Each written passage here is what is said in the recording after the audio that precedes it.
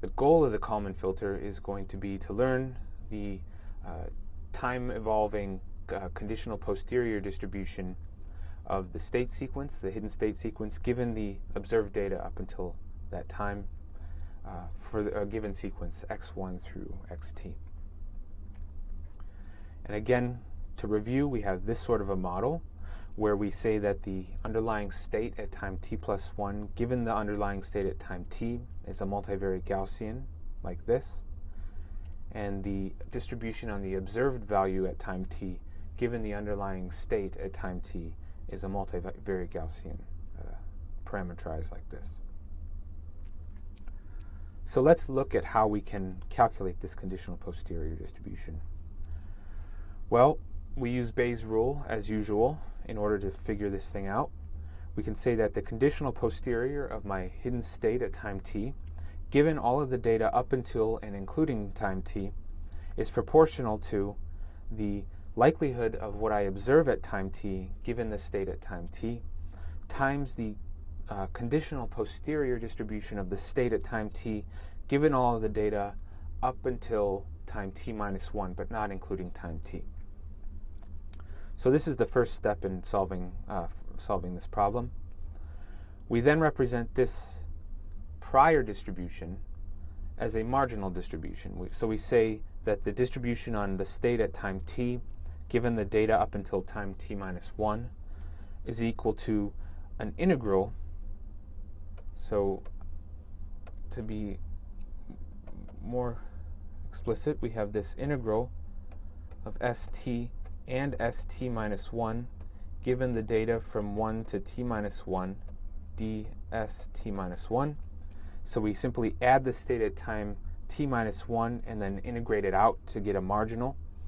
But then we write this joint distribution as a conditional distribution on the state at time t, given the state at time t minus 1, times the posterior distribution on the state at time t minus 1, given the sequence up until time t minus 1.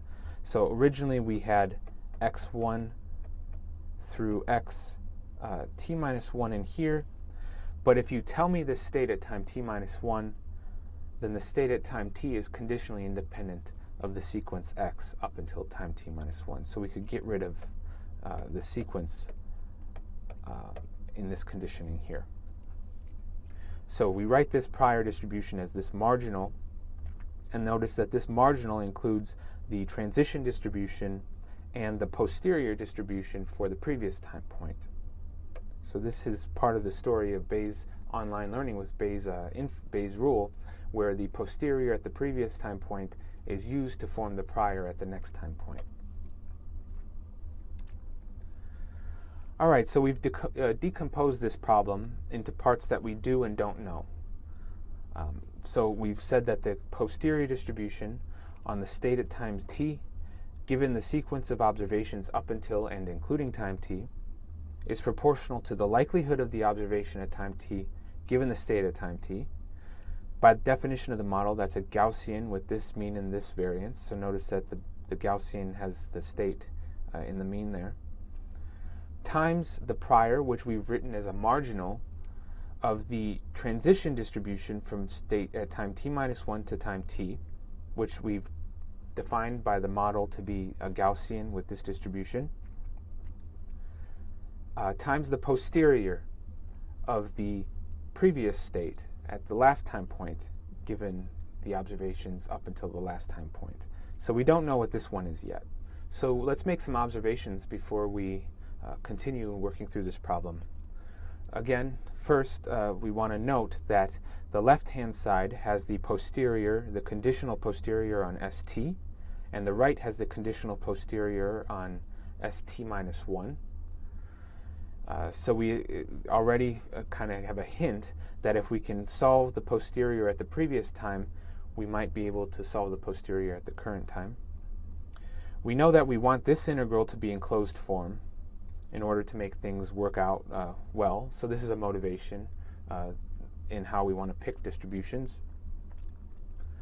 And we also want this likelihood and this prior, so the integral constitutes the prior, we want that pair to also lead to a posterior that is known. So we would like these two to be conjugate to each other if possible, meaning that the posterior has a nice closed form solution and is in the same family as the prior.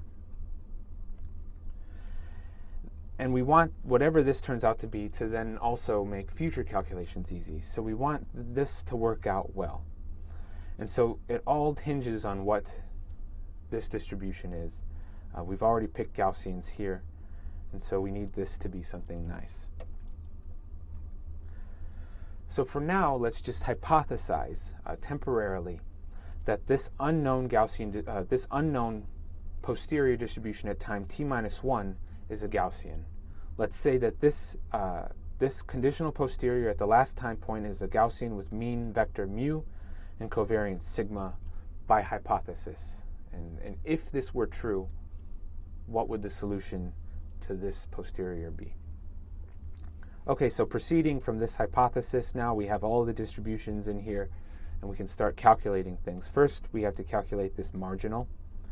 So a nice property of Gaussians is that the marginals are still Gaussian, meaning that if we have a distribution like this, where we have ST as a Gaussian with this mean and this covariance, and then a prior distribution on ST like this, which is a Gaussian with mean mu and covariance sigma, we multiply those two together, and then we integrate out the state at time t-1. So we're integrating out st-1 here and here in this multiplication. The result is still a Gaussian, so we still have a distribution on ST, which is a Gaussian with mean equal to c mu. So notice that we've taken st-1 here and replaced it with the mean of the prior. So we've got c now times mu as the mean. And the covariance equal to q, that's from this likelihood, plus c times sigma times c transpose. So there's the sigma there, and there's the c there. We assume we know all of these. We're assuming we know this, this distribution by hypothesis, and we know c and q by the model definition. So this marginal likelihood here to calculate the prior on ST is a Gaussian with a mean and a covariance, all of which we can calculate. So now we've solved for the integral. We still want to calculate this conditional posterior at time t. So now it all hinges on whether this likelihood times this prior is something that we can now normalize and calculate the posterior. So again, the likelihood of xt is Gaussian with mean d times the state at st times the covariance. And the prior on the state at time t is equal to a multivariate Gaussian with this mean and this covariance calculated on the previous slide. And so again, we're working with Gaussians, and a nice property is that the posterior is again a Gaussian. So the posterior distribution on ST is a Gaussian. So when we normalize this thing so that it is a function of ST that integrates to 1, we find that we have a Gaussian with mean mu prime and covariance sigma prime, where the covariance is equal to this and the mean is equal to this. So it looks complicated, but notice that it's a function of everything that we know. So here we have the prior covariance. Here we have a function of d and v, which is simply from the likelihood.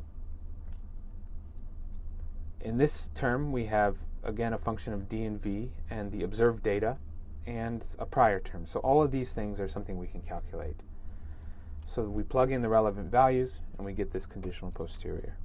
Okay, so we've solved for the conditional posterior, but we made a hypothesis. Remember that we said that we're going to hypothesize that this conditional posterior at time t-1, given all of the data up until time t-1, is a multivariate Gaussian with a mean and a covariance. So we hypothesized that, and based on that hypothesis, we were able to show that therefore the conditional posterior at the next time point would also be a multivariate Gaussian with a mean and a covariance equal to a function of things that we know. Therefore, in order to turn that hypothesis into the truth, all we need to do is define a Gaussian prior on the first state. So for the prior definition on the state at time 0, the starting state, Remember, if t is equal to 1, then here we have a prior distribution on the state at time 0. We don't have any data yet, so that's just the starting state, the prior on the starting state. We get to make that, we get to define that prior distribution.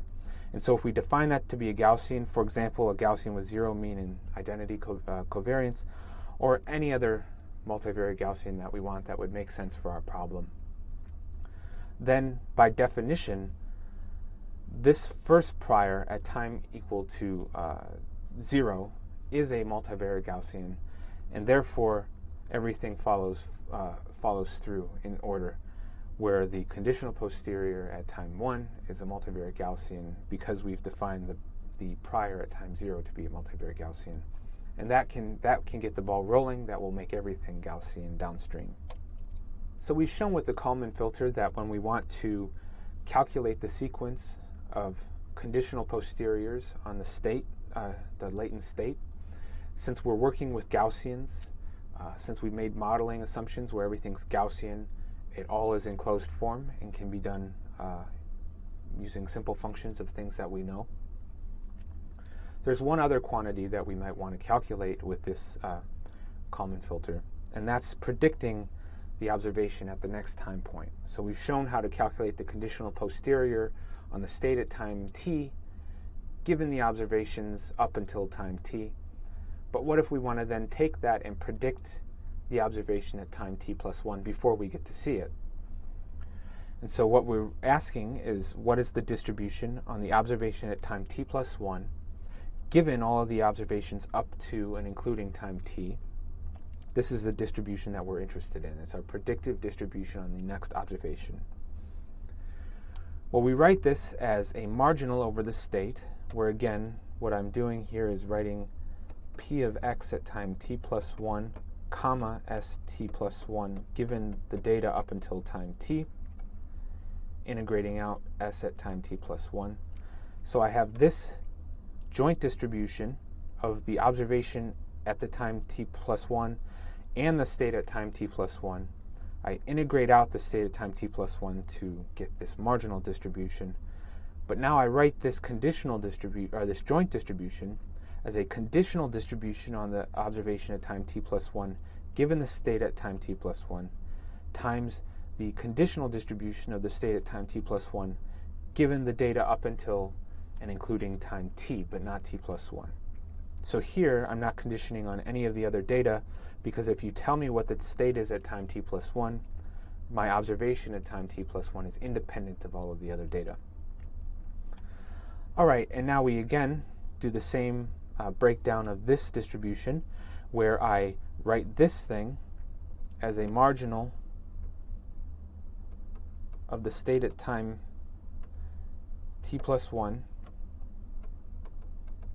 and the state at time t, given the data up until and including time t. But now I marginalize out the state at time t. But I take this joint distribution and I factorize this as well into the conditional of the state at time t plus 1, given the state at time t, times the conditional of the state at time t, given all of the data up until and including time t, which is just the posterior distribution, which I have. We've discussed how to calculate this. So this is how we can take the marginal predictive distribution and write it as an integral over distributions we know. Again, the distribution of the data at time t plus 1, given the state at time t plus 1, is just a Gaussian with this parameterization by the definition of the model. The transition distribution on the state at time t plus 1, given the state at time t, is just this Gaussian, again by definition of the model. And the conditional posterior of the state at time t, given all the data up until and including time t, has been calculated using the Kalman filtering algorithm from the previous slides. So we plug in a Gaussian here with mean mu prime and sigma, a covariance sigma prime, plug in a Gaussian here with parameters defined by the model, and a Gaussian here. And notice that we're integrating out st and st plus 1. So we end up with just a function of the data at time t plus 1 and the data up until time t. Again, these are all Gaussians. We've already discussed how we can take this marginal and get a Gaussian out of it. And then if we have a Gaussian here, we can again take the same marginal and get another Gaussian. I'm omitting the mean and the covariance of this Gaussian, but it's still a Gaussian. It's going to be much more complicated than what we've discussed previously. So we showed this marginal distribution. This was one marginal that we took of a Gaussian with another Gaussian. It became this Gaussian. We would simply have an even more complex Gaussian. For example, here, the mean and the covariance will have this function. And so then we take that, integrate that out, integrate again. So we'll get a very complicated function, but we ultimately get a Gaussian with a mean vector that's a function of things that we know, and a covariance matrix that's also a function of things that we know.